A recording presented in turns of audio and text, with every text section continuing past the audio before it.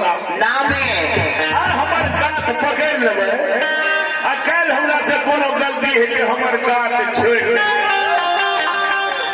अंग्रेज के राज छियै बांध के हमरा पटना बाने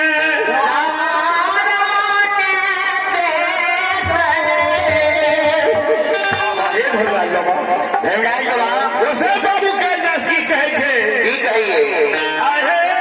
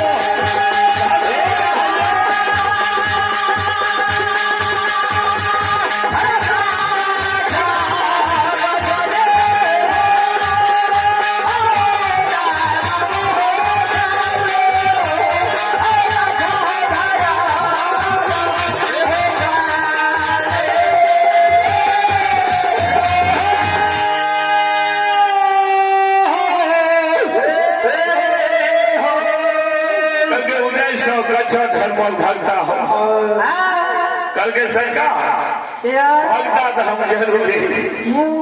लेकिन हमरा एगो कौल पूरा कर देबै कल के कौन कौल उठे सब कौन बोल कल के सरकार हमरा छोड़ दे सब सड़क पर से गर्दा नहीं के कलहू में जा देबै हम अपने कलहू पर बैठ रहो अब बिना बरद के कलहू घूमे लगता आ गर्दा में से तेल चुए लगता तो हमें धर्मा के बाजी कल के महावीर जी आपको सब हुआ फिर पड़ गया सरकार प्रधान हो ही देव ऋषि बानी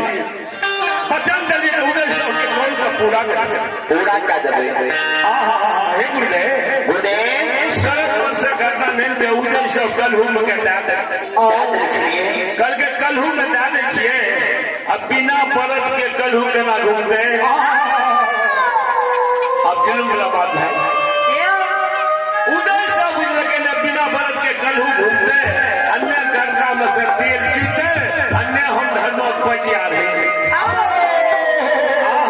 हे गुरुदेव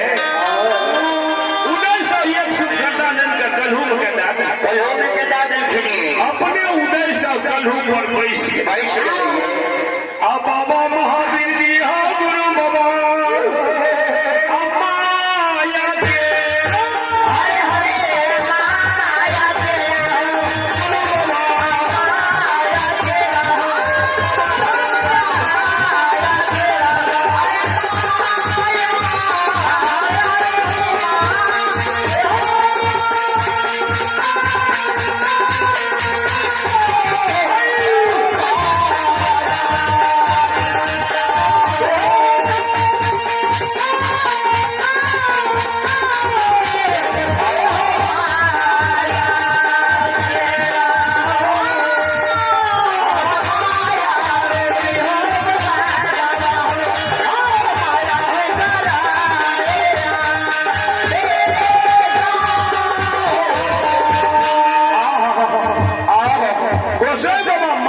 विस्तार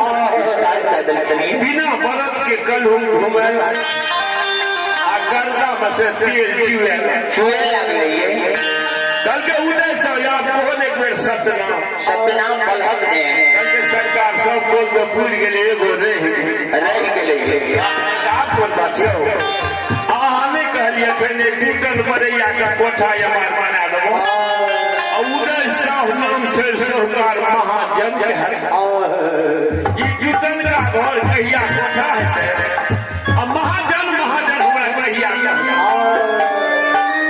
बाबू कहता कल के महावीर जी आओ कल के उदय साहु ए बस उदयनी में कॉल करे छिया हो उदय साहु ओइ समय में बरत पर लोग लदनी करे श्रीराज मोरक से खरीद के डेफरा बाजार से श्रीराज मोरक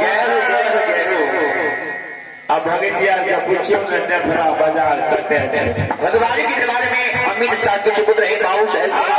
चंदा कुमारी एवं सृष्टि कुमारी अलानी उनके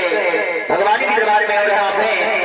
विनोद शाह सुपुत्र नंदन कुमार और चंदन कुमार और श्री भगवान के बारे में किसी भी गाने हैं अमित शाह के सुपुत्र बाबू साहब कुमार चंदा कुमारी एवं सृष्टि कुमारी को श्री भगवान के बारे में 51 रुपए के दान है। जय हो दानी महाराज की जय हो दानी महाराज की जय माता पिता की जय हो उनके समस्त परिवार की जय हो।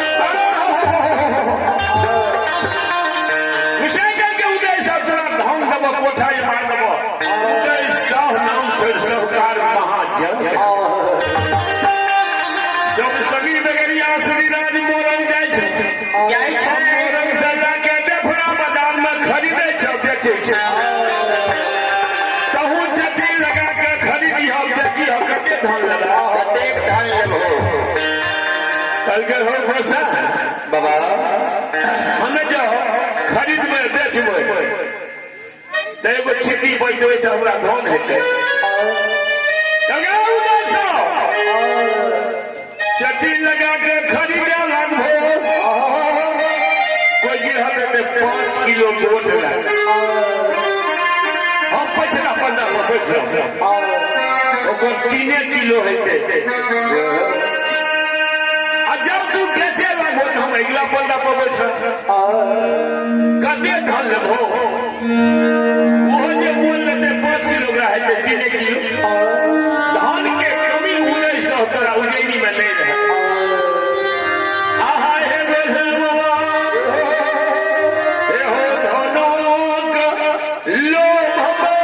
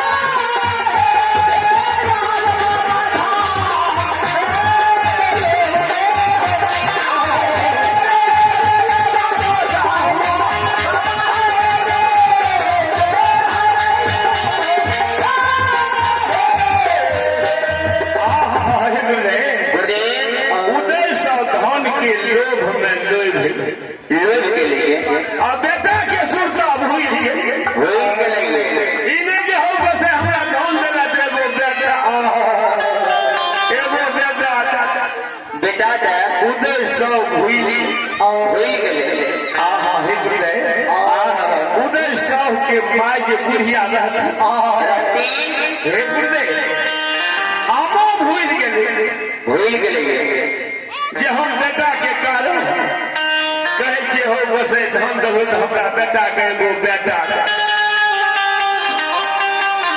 आहा हे गुरुदेव ने उदय साहब गोसाई से मांगल के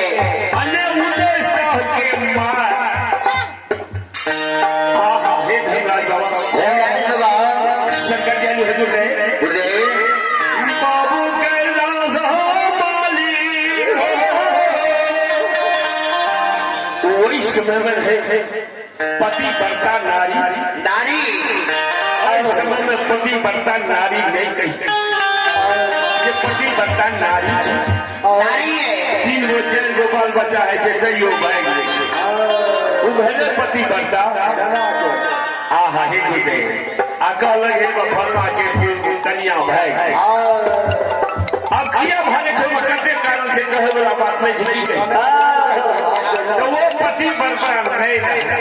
सुनील साहब दिलखुश बाबू कौर से भगवान के बारे में शानदार सुधा से 50 रुपए की दान है। जय हो दानी महाराज की जय हो, दानी महाराज की पूजनीय माता पिता की जय हो, उनकी समस्त परिवार की जय हो। दीपक कुमारी गौर से 20 रुपए की दान है। जय हो दानी महाराज की जय हो, दानी महाराज की पूजनीय माता पिता की जय हो, उनकी समस्त परिवार की जय हो।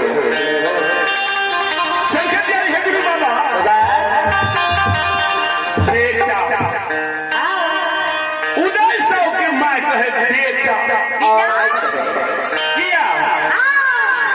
कलकत्ते की निपुत्र से गो बेटा अब बेटा केहन है कलयुग में सतयुग में जे है कलयुग में बेटा है कि बेटा है हे भैया गाँव में सागर बाबू के दरवाजा पर लोग कथा भगत धर्मराज के धार सुना है तो दूर दूर से भक्ता पनिहारी आवे भगवान हमरा चाहे गो बेटी लगा गो बेटा जैसे धर्मराज बाबा लग डाली लगे जो धर्मराज बाबा हमरा डाली रहता जाए वो बेटा भाई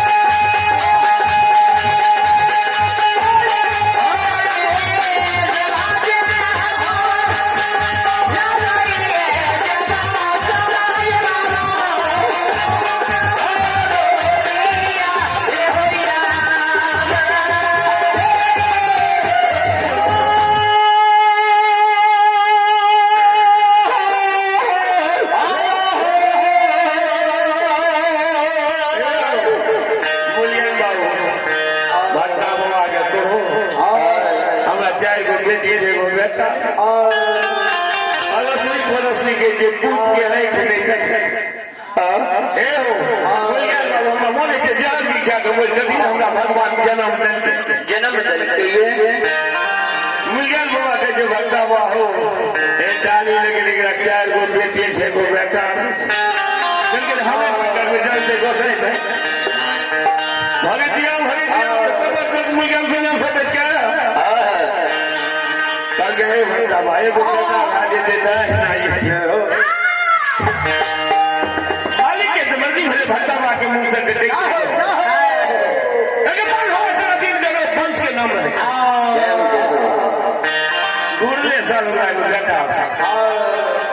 बेटा भाग ने सोचे धनराज बाबा की पूजा देवे अपना पति के करके अल्लाह बेटा के पढ़वे बेटा के पढ़वे बेटा के पढ़वे बेटा लगन हमू बेटा का पढ़ा लिखा के नौकरी नहीं ये बेटा बेटे भगवान पर्वत पर्वत चल गए सरकार दिल्ली पढ़ा लिखा के फेंक दल के मगर इंजीनियर नहीं भाले लोग अब कोई जाए कहे हे पिंकू में अरे बुआ दिया नहीं कर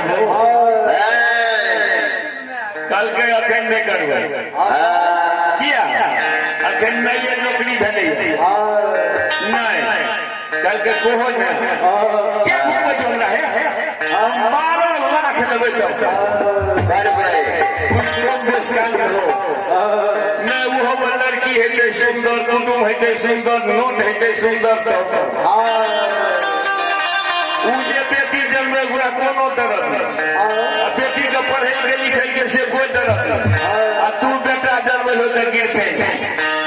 जो 12 लाख अब कोई बेटी वाला तेरा बेटा से बियाह है करे तब कम 16 लाख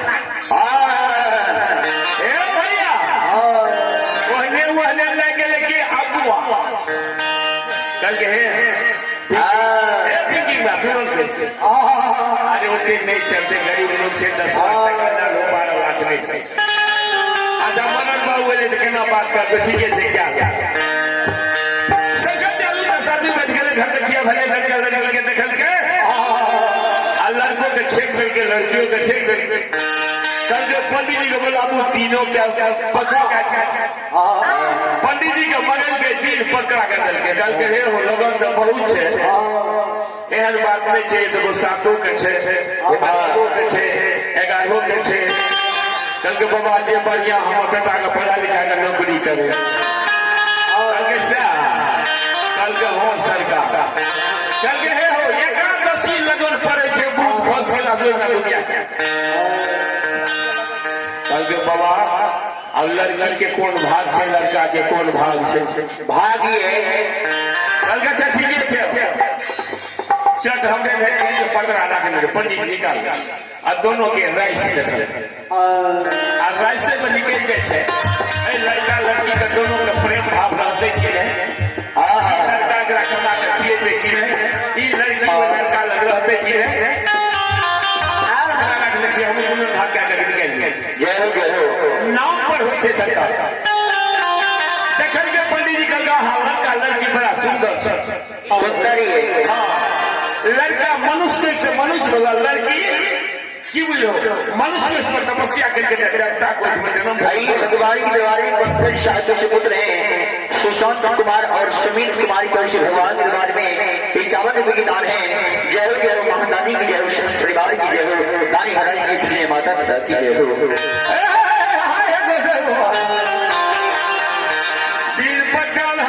बेचारा के जे जुड़ले भोज भात क्या उनका बड़ा साधन के चल गए बियाह सरकार तो चलिए मर्यादा रखे थे आप कौन मर्यादा रखे कहा हाथ हुआ जाओ ए भैया सरकार दियालु हम गुरु बाबा अपना बेटा की शादी विवाह क्या क्या लड़का लड़की समझ कर सब सखी बहनियां सब मिल गए हाँ गुरु बाबा माँ के देखे हो बेटा बड़ा आनंद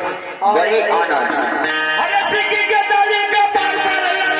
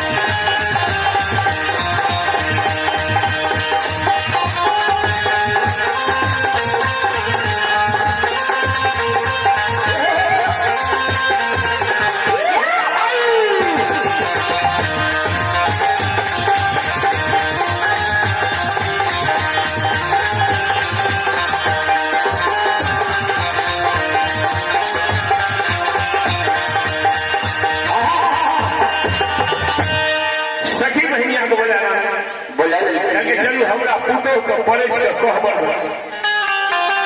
जाली साजन के सखी बहनिया सब अइले हे भैया पुतो के परस के भवन में के दादन जब पुतो के परस के भवन में देखनी है आप कहबर मारे रहो सरकार दिया लो शब्द के गीत गावैया शांत भागले खाती हैप्पी के शांत भेले भैया जब बिहान भले वो कन्या के सिखा दो के बात हो जाए ये जाए छिए ये बेटी जाए जाओ सवेरे उठियो अगना घर के लियो चूल्ही चौका क्या कर सरकार चाय बना के बाबू के दिहो आई के की कहे छे पापा ये मम्मी हमरा के कहिए माय के तब के माय अब मम्मी अब क्या है जे कहना अब पापा बाबू हो तने पापा भोरे उठ कन्या के सिखाल है भोरे उठले सरकार आ देखे नहीं छिए चप्पल पिन्हे छै घर दुआर खुले छै डरा चल गेल आका चप्पल पिन्हे छै जूती पिन्हे छै ए भैया कन्हू से लेते से चप्पल पिन्हे हेते गो उठगोल आ घर से निकलने कन्या धरा चूल्हा में गए ए भैया चूल्हा बांध के ये चला चाय बने तब बुढ़िया के नजर पड़ गेले साउस पर आगो भाई की चादर लगे हे कन्या अरे तू तो नया नया आया कन्या आ चप्पल पिन नहीं चौका पर चढ़ गेलो चौका लगा देलो चाय बनबै छै बनाए चार में सुनिए ओठा के चाय बने से पहले पहले एगो विष्णु भगवान के ढाई जे महिला बुढ़िया के चाउर गलत धरा केना के घुमा के चली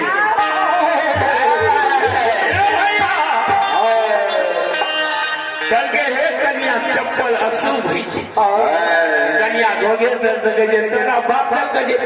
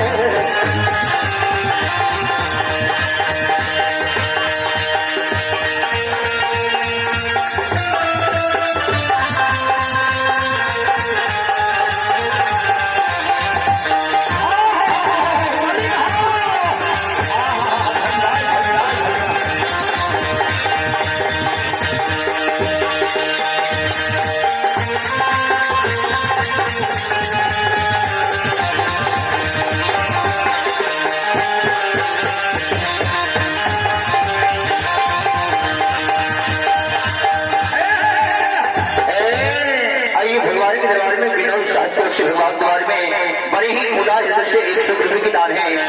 जय हो दानी महाराज की जय हो, दानी महाराज की जिनके माता पिता की जय हो, उनके सभी परिवार की जय हो। हाय है बस है चरिका विद्यालय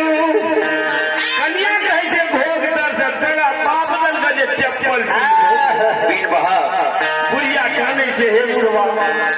ए बेटा ला सागर में बिठा हम दादी लगी बक्का बाबा पान दल के हमरा बेटा भले पढ़े दिल्ली बना बस करिए और नौकरी